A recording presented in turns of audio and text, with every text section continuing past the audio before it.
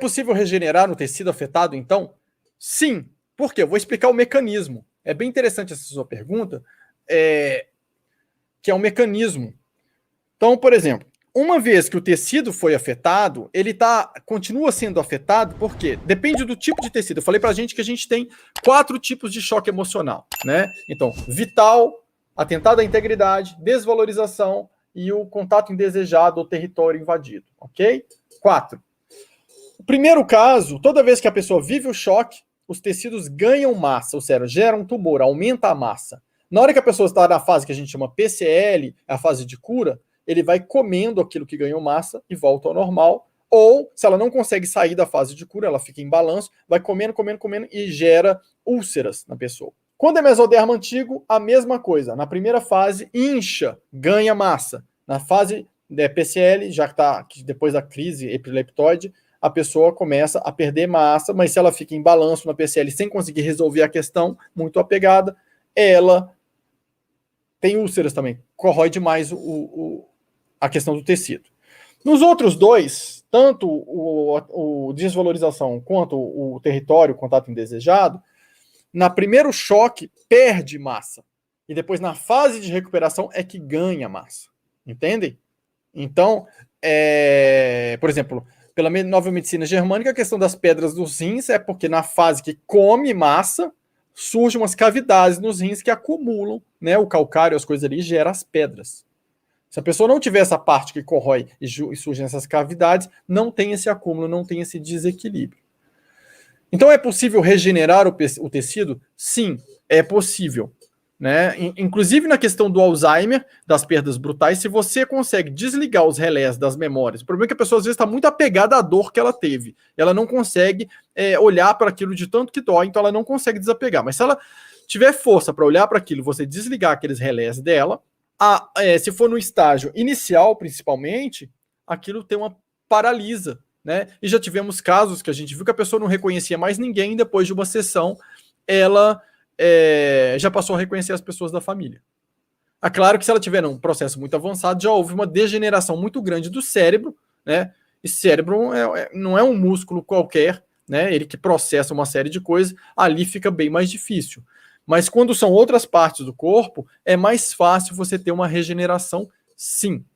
Né? Então, coisa que acontece muito, por exemplo. A pessoa está em dúvida. Por exemplo, vamos imaginar uma mulher, ela conhece 2 caras, não sabe de qual que gosta mais. Vamos lá. Eu gosto desse, que é o todo certinho, bacana, que bate com tudo que tem a ver comigo.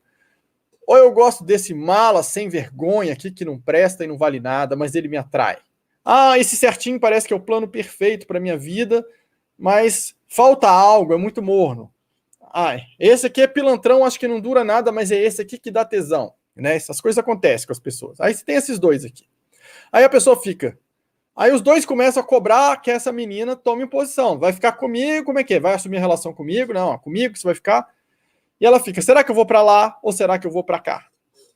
Esse tipo de choque, de vou para lá ou vou para cá, o que o seu corpo interpreta?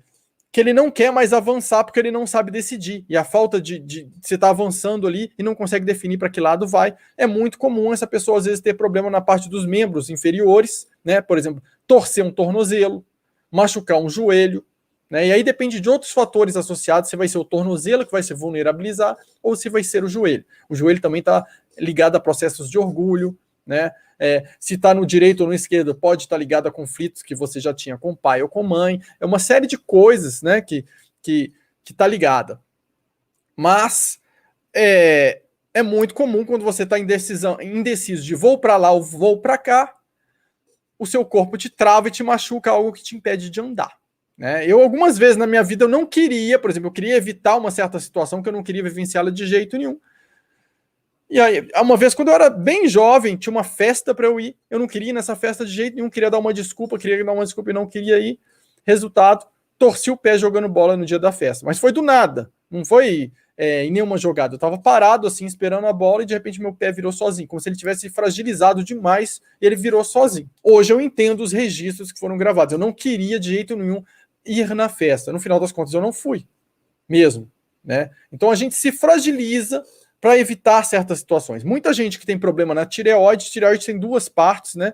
Então tem uma parte que é de atentado. Essa parte da tireoide, por exemplo, às vezes você estão te pressionando para fazer alguma coisa muito rápido, para você decidir algo muito rápido e você não quer. Então, o que o seu corpo... Você está sofrendo com aquela necessidade de ter que fazer algo rápido. Então, o seu corpo, ele te desliga ali a tireoide, te coloca em hipotireoidismo, e aí, quando você está em hipotireoidismo, você não tem vontade de fazer nada, você fica desanimado, você fica fraco, você começa a engordar, você não tem vontade de trabalhar, né? Então, você não avança em nada. Então, você foge da situação. É um mecanismo de fuga. Você foge daquela coisa que você tinha que decidir rapidamente. Entendem? Então, gente, eu estou explicando aqui porque na maioria das lives que a gente fez, a gente falou muito de alimentação, muito de exercício físico, né? Mas eu estou mostrando aqui hoje como que...